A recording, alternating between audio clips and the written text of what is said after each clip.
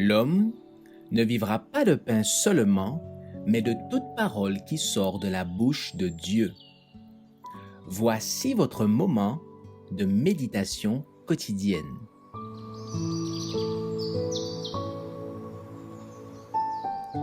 Maranatha.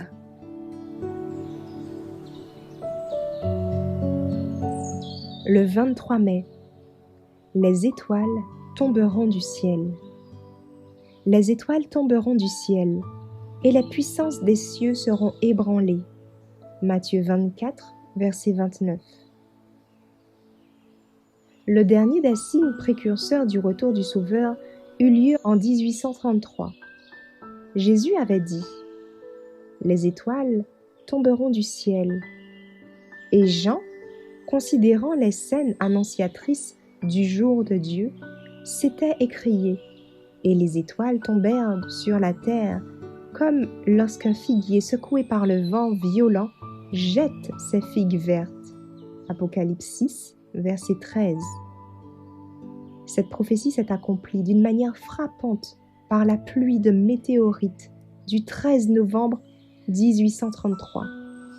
C'est le plus merveilleux spectacle d'étoiles filantes dont l'histoire conserve le souvenir.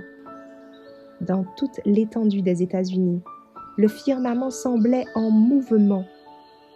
Aucun phénomène céleste ne s'est jamais produit dans ce pays depuis la première colonisation, qui avait été contemplée avec autant d'admiration par une partie des habitants et avec autant de crainte et de frayeur par d'autres.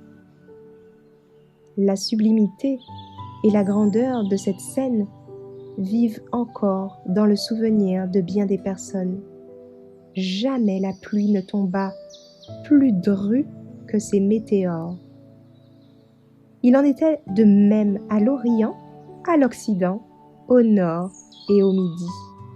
En un mot, le ciel entier semblait en mouvement.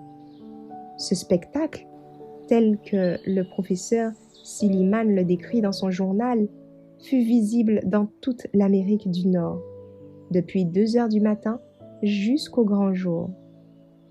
Le firmament était sans nuages.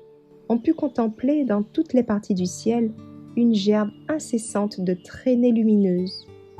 Ainsi s'accomplit le dernier signe avant-coureur du retour du Seigneur, au sujet duquel Jésus avait dit à ses disciples « Quand vous verrez toutes ces choses, sachez que le Fils de l'homme est proche, à la porte. » Matthieu 24, verset 33. Après ces signes, l'exilé de Patmos vit le ciel se replier comme un livre qu'on roule, tandis que la terre tremblait, que les montagnes et les îles étaient remuées de leur place, et que les méchants terrifiés s'enfuyaient devant le Fils de l'homme. Mais Christ n'a pas révélé le jour et l'heure de sa venue. Le moment exact de la seconde venue du Fils de l'homme est un mystère de Dieu.